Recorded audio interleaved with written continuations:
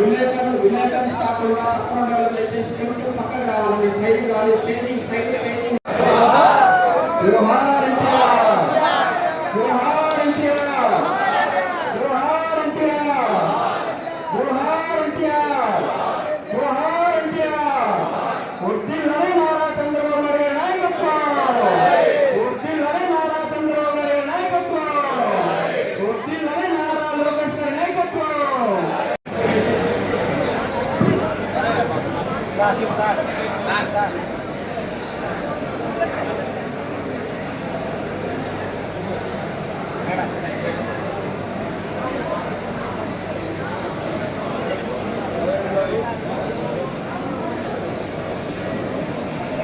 హెచ్ఎల్పీపీ అయినటువంటి రాజంపల్లి వెంకటరాయ గారిని దయచేసి సాధారణంగా వేదిక మీదకి ఆహ్వానిస్తున్నాం.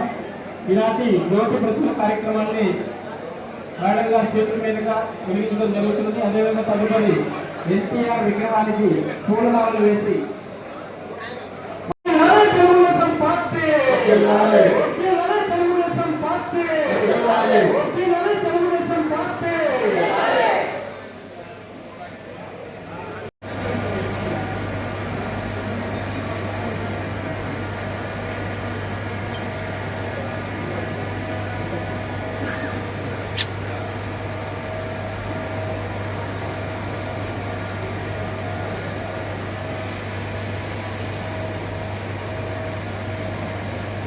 ధన్యవాదాలు జరిగింది.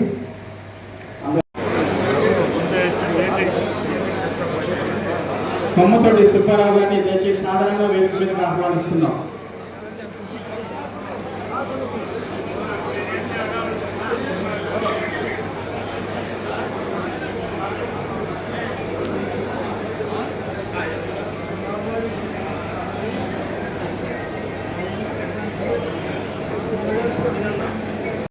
వివిధ మండలాల కార్యకర్తలతో మాట్లాడి మండల కమిటీ అధ్యక్షుల్ని ఖరారు చేసుకున్న సందర్భం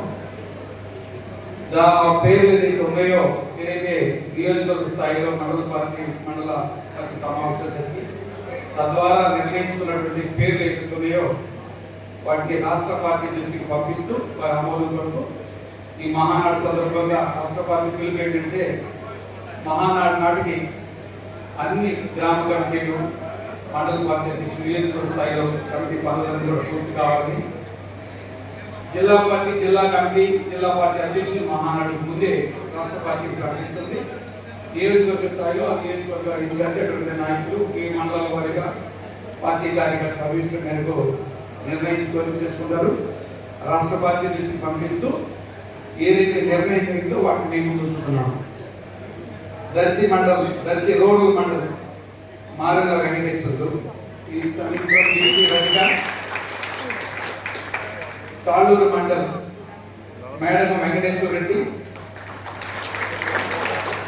తుర్చేడు మండలం అందరూ ఒక్కొక్కరు ఎవరైతే అనౌన్స్ చేస్తున్నారో వాళ్ళందరూ ఒక్కొక్క సైడ్కి వచ్చేసేయండి. అందరూ అసలు లెఫ్ట్ సైడ్కి వచ్చేసేయండి. ఎమ్మెల్యే టీసీ కుమ్మరి దొనకొండ మూడి ఆంజనేయులు టీసీ యాదవ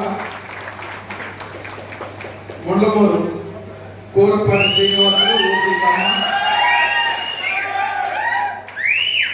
దర్శి టౌన్ పువ్వుల సత్యనారాయణ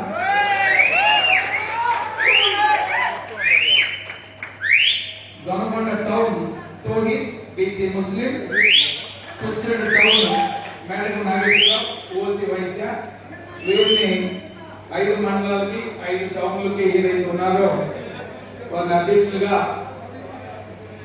ఆమోదింపజేస్తూ కార్యకర్తల అధ్యక్షుల మేరకు దాని రాష్ట్ర కమిటీకి ఆమోదం పంపడం జరిగింది.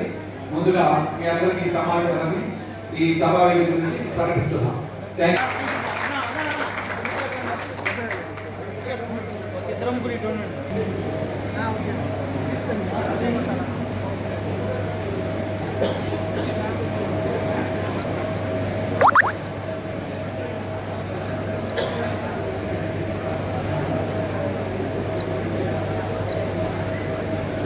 Thank you.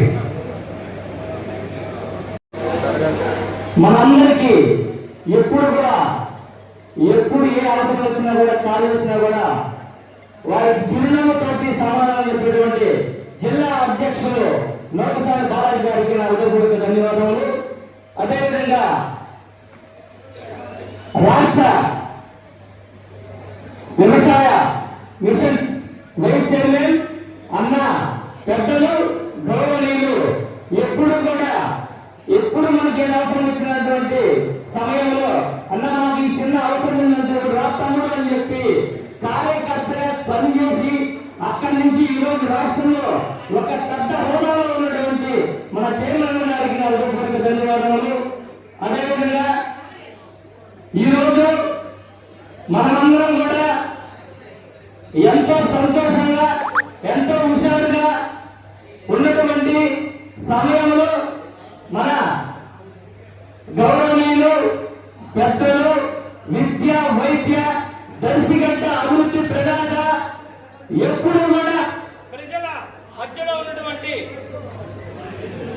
ఎప్పుడు కూడా మనందరి మధ్యలో ఉంటూ ఎవరు ఏ అవసరం వచ్చినా కూడా నేనున్నాను అంటూ మన ముందుకు వచ్చినటువంటి మన దర్శి నియోజకవర్గం ఇన్ఛార్జి మన శ్రీమతి డాక్టర్ బొట్టుపల్లి లక్ష్మీ మేడం గారికి నా హృదయపూర్వక ధన్యవాదాలు.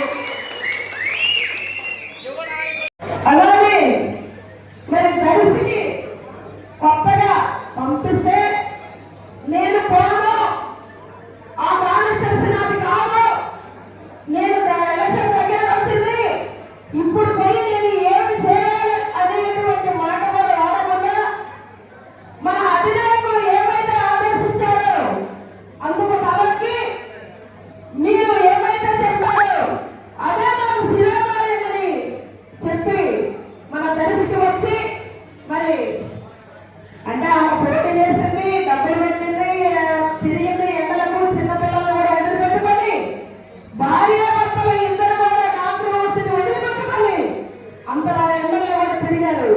కానీ దర్శి ప్రజలు అదృష్టవంతులు కాకనే ఈ నియోజకవర్గంలో గొట్టుపాటి లక్ష్మి గారు ఓడిపోవడం జరిగింది.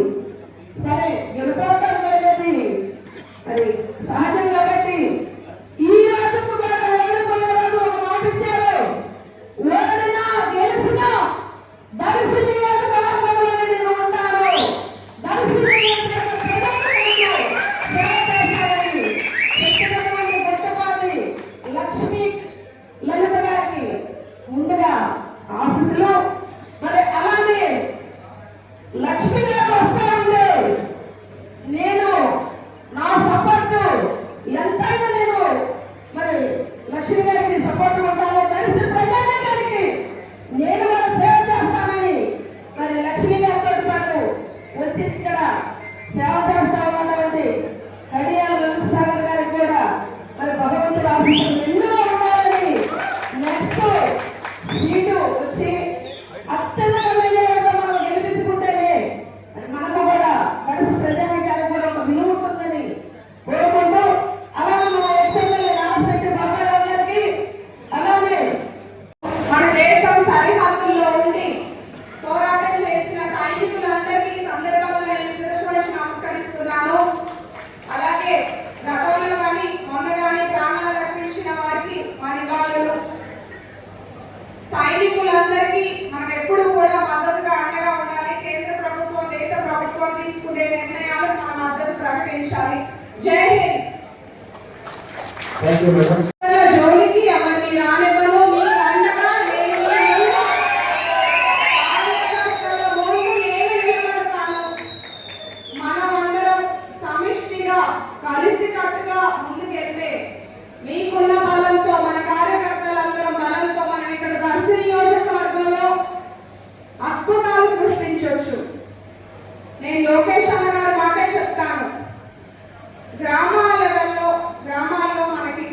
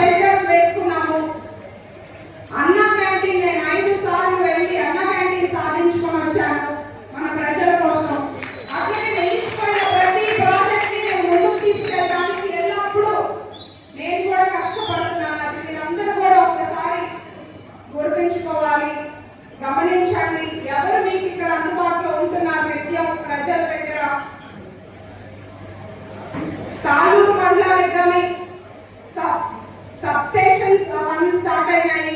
మొగలికొండ రిజర్వాయర్ నిలిచిపోయినది, పనులు మొదలయ్యాయి. మొట్లమూరులో ఎన్ఎస్పీ వారు కూడికలు తీసేందుకు 3.5 కోట్లు 4 కోట్లు వర్క్స్ జరుగుతున్నాయి.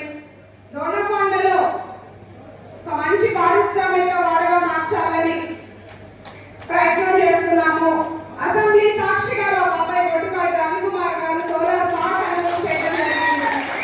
ఇక్కడే యువతకు ఉపాధి అవకాశాలు కల్పించి వలసలు తగ్గేలాగా కృషి చేస్తున్నాము. కురిచేడుకి సిబిజి ప్లాంట్ శాంక్షన్ అయింది. ఈ ఒక్క సంవత్సరంలోనే నేను ప్రజలతో ఉంటూ మీతో కుటుంబ సభ్యురాలిగా మీరెక్కడికి పిలిచినా నేను వస్తున్నాను. అది కూడా మీరు ఒక్కసారి గమనించుకోండి. మీ ఇంటి ఆడబిడ్డగా నేను మీతో పాటు కలిసి ఉంటున్నాను, కష్టపడుతున్నాను. మన నియోజకవర్గాన్ని ముందుకు తీసుకెళ్ళాలి. ప్రతి ఒక్కరికి నాకు ఎంత కుదిరితే అంత నేను సహాయం చేయడానికే చూస్తున్నాను. అది మీరందరూ గుర్తుంచుకోవాలి. మీ ఆశీస్సులు, మీ అభిమానం ఎప్పుడు ఇలాగే నాతో ఉండాలి. అట్లాగే ఇప్పుడు కమిటీస్ వేసుకున్నాము. కొత్త వాళ్ళకి మనం అవకాశాలు ఇస్తూనే ఇంతకుముందు చేసిన అధ్యక్షులకు అలాగే అవకాశాలు రాని వారికి ఎవరి గుర్తింపు వాళ్ళకు ఉంటుంది. నా ప్రకారం నాయకత్వం అంటే ఏంటంటే ప్రజలతో ఉంటూ వాళ్ళకి ఏదన్నా 2-3కైనా సహాయం చేస్తూ మన పార్టీ చేసే పనులను ఊర్లో జనానికి వాళ్ళ దగ్గర చేరువ చేసే ప్రతి ఒక్కరు నా ప్రకారం నాయకుడే. అట్లాగే తెలుగుదేశం పార్టీ అంటే బీసీల పార్టీ అనే దానికి నిదర్శనంగా నిన్న మనం వేసిన కమిటీ చూస్తే మీ అందరూ అర్థం చేసుకుని ఉంటారు వాటికి.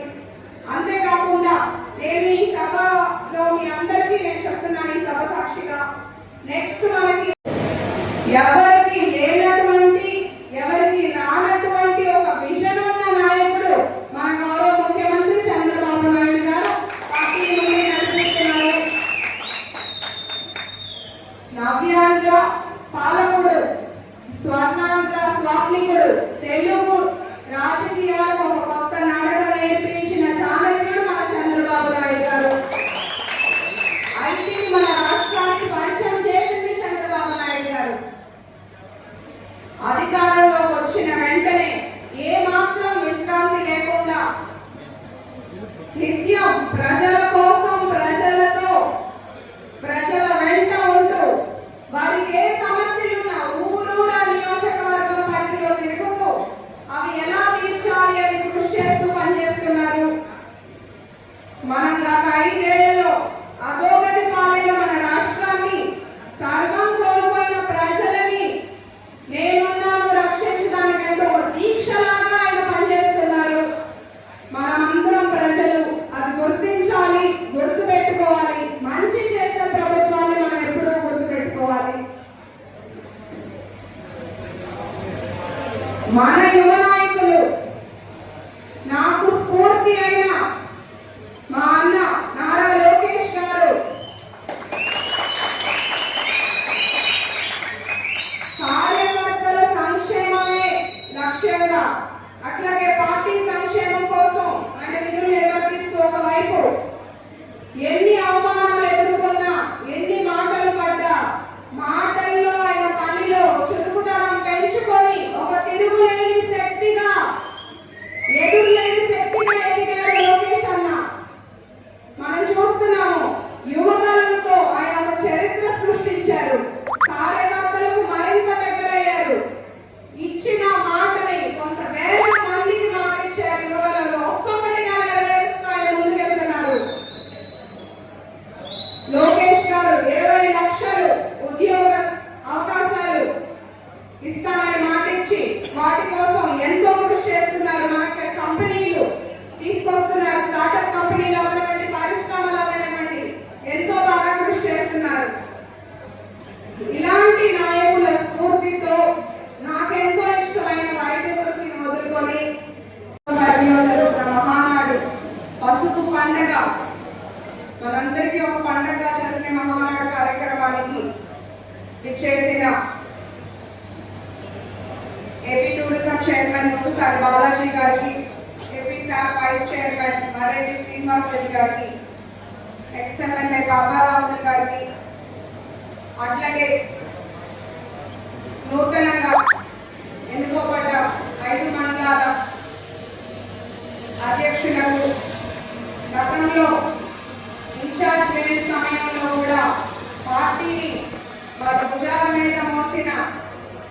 మాజీ అధ్యక్షులకు, నాయకులకు, ఇక్కడ వేదిక మీద ఉన్న ఇతర నాయకులకు, వేదిక ఎదురుగా ఉన్న పెద్దలకు, మహిళలకు, కుటుంబ సభ్యులందరికీ పేరు పేరున నా నమస్కారాలు, ధన్యవాదాలు.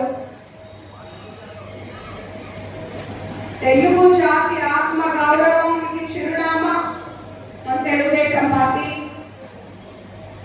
అన్న ఎన్టీఆర్ గారు మహానుభావుడు 60 సంవత్సరాలు నిండాక ఆయనకు అవసరం లేకపోయినా తెలుగు జాతి ఉనికి కోల్పోతుంది, తెలుగు వారికి గౌరవం తగ్గుతుంది, నా ప్రజల కోసం ఏదైనా చేయాలి అని స్థాపించిన పార్టీ తెలుగుదేశం పార్టీ. పార్టీని స్థాపించిన అనతి కాలంలోనే అధికారం వైపు నడిపించిన ఆయన జయంతి సందర్భంగా రేపు కడపలో జరగబోయే మహానాడు కార్యక్రమానికి మనమందరం వేలాదిగా తరలి వెళ్ళి ఆ కార్యక్రమాన్ని విజయవంతం చేయాలి. అలాగే మన పార్టీ మీద ఉన్న అభిమానాన్ని, ప్రేమని చాటి చెప్పాలి. సంక్షేమం అనేది మొదలు పెట్టింది తెలుగుదేశం పార్టీ. ఎన్నో సిద్ధాంతాలతో ఆయన పార్టీని ఒక